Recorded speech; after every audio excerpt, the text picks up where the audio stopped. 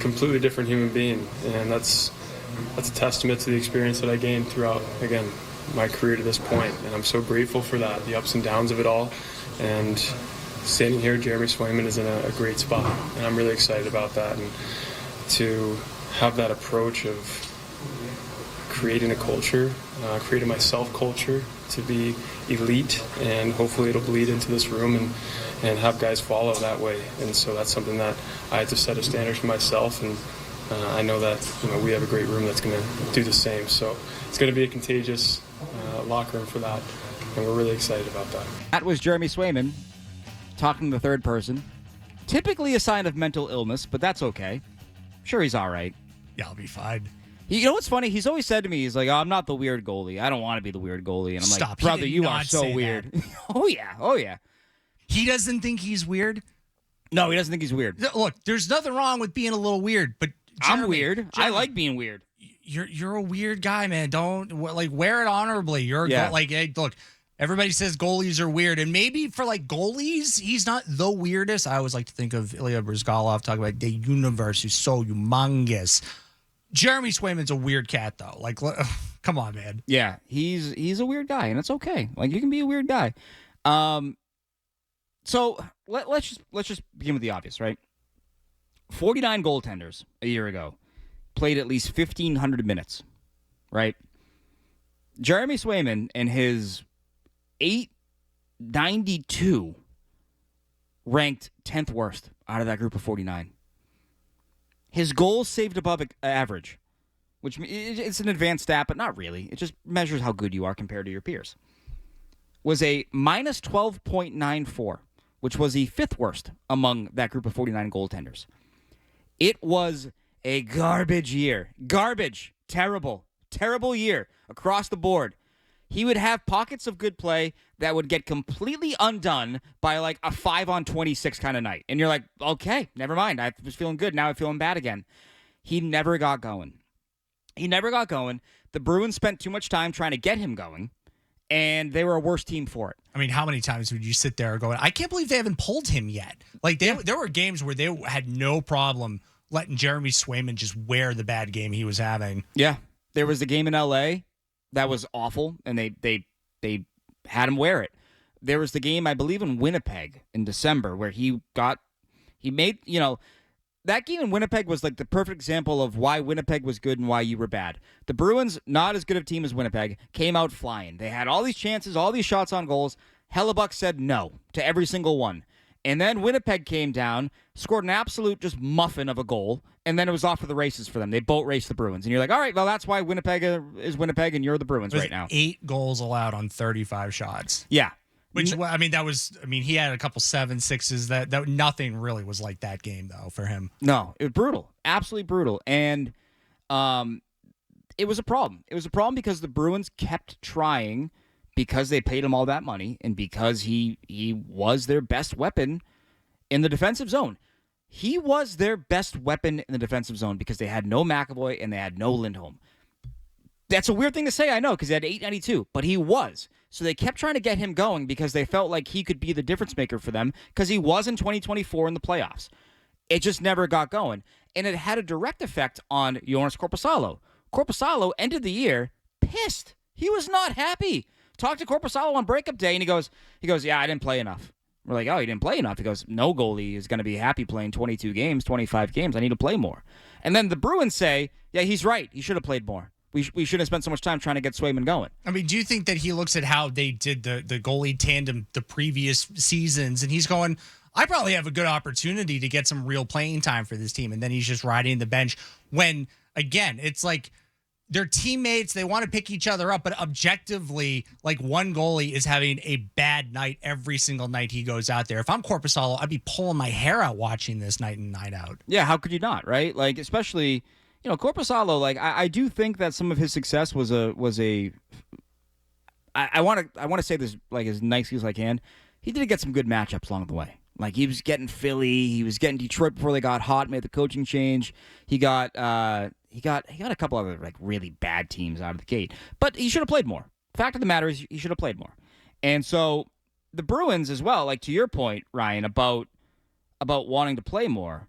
the Bruins had been that team of like balancing goaltending, right? Like even late stage Tuukka, they were playing him 51 games a year. They weren't playing him 65. The last time he played 60 in a season or got 60 starts, I think was 16-17, which he had to, because if you remember that season, they had Hudobin playing like garbage out of the gate, and they actually waived Hudobin, I believe, that year, and they brought him back up when they made the coaching change from Claude to Cassidy, and then Hudobin was good under Cassidy for whatever reason. But like that's the last time they played a goaltender 60 games in a season. So he probably thought coming to Boston, oh, I'm going to play 35 games. They're gonna.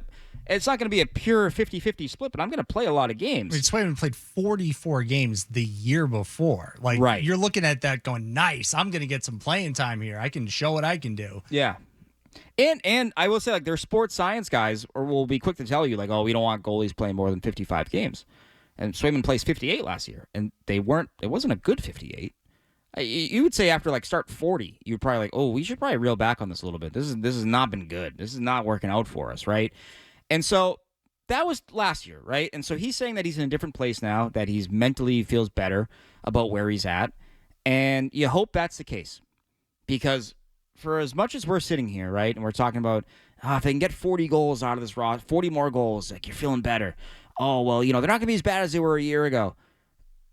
That all assumes that they don't have the worst goaltending they've had in 20 years. They had the worst goaltending they've had since probably 05-06 this past year. Which, you remember 05-06, it was Raycroft, it was Hannu Toivonen, and it was the emergence of Tim Thomas. Like, that's the only good thing about 2005-2006 that we saw Tim Thomas, then he became an NHL goaltender.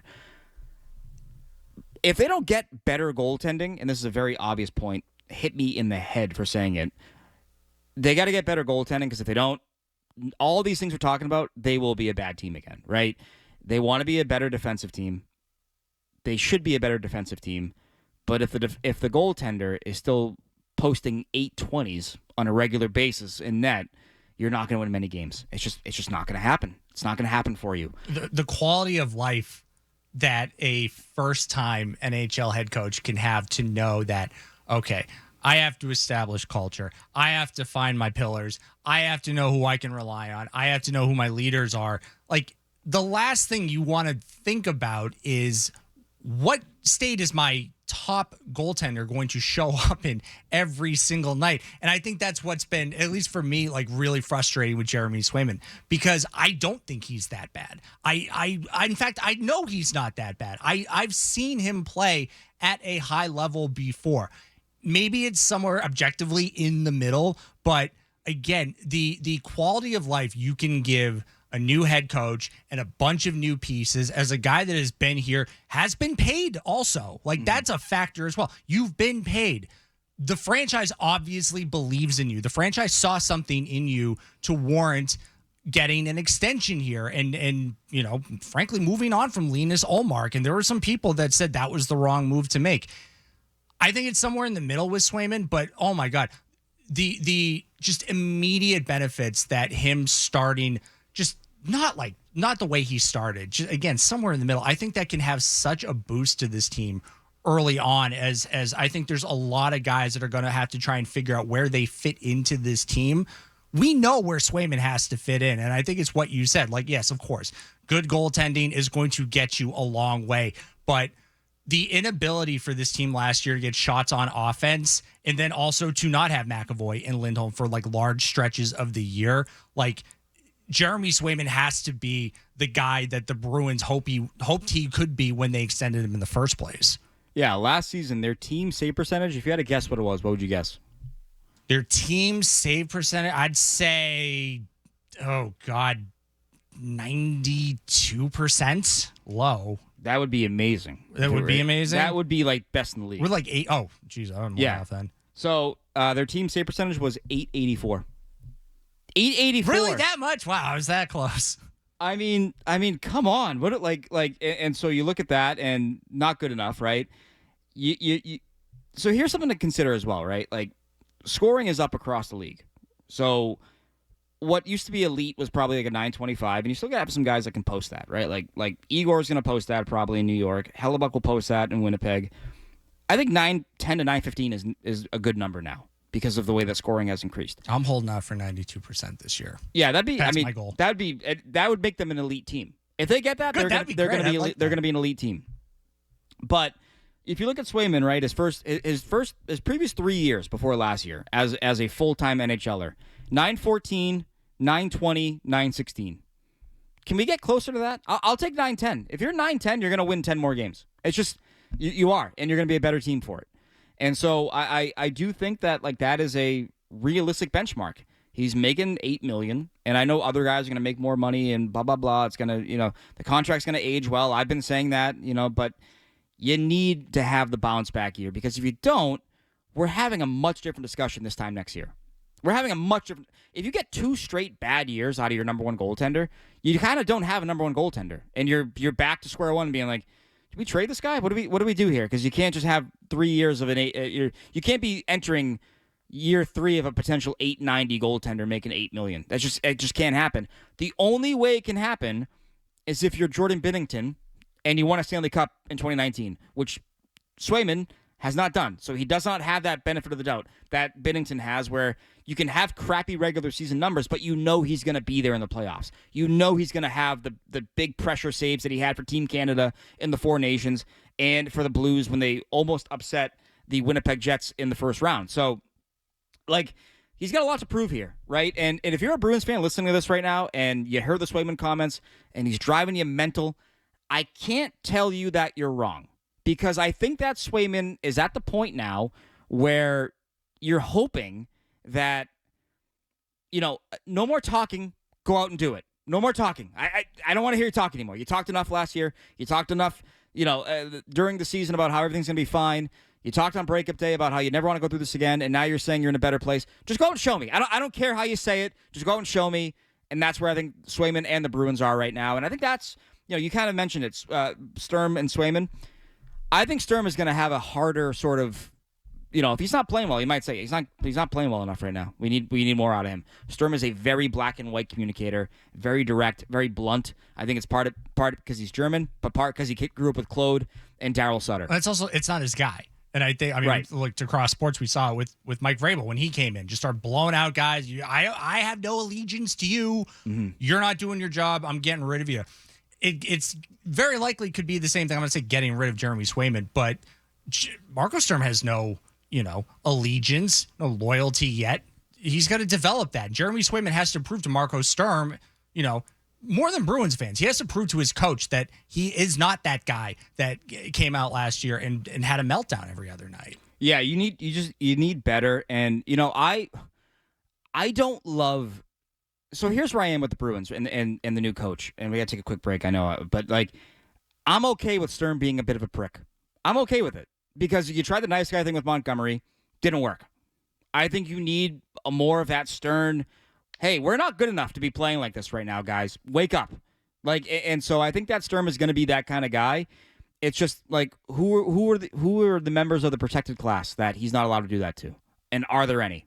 That's what I'd wonder about. Because if your team is poor, if your team is not playing well, can you afford to call out your star players?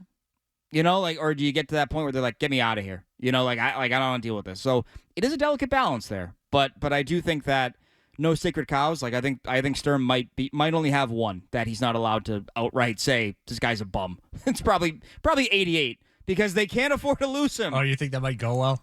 I just got a feeling that wouldn't go very well. But Montgomery did it, and Pasternak answered with the Game 7 overtime goal. So you never know what can happen. Butchie did it. Butchie did it too much. The players are like, this guy's bullying me, basically. That's part of being a coach. It's what Marco Sturm is going to figure out. Is you got to find balance with your boys. And you know what? I will say this is that Bruce Cassidy was right. He was right. The guys he criticized are not here anymore, and he went and won a Stanley Cup. And the Golden Knights said we needed that. We needed that guy to come in and rattle our cages. So he was right. He proved to be correct with how he approached things. But story for another day, I know.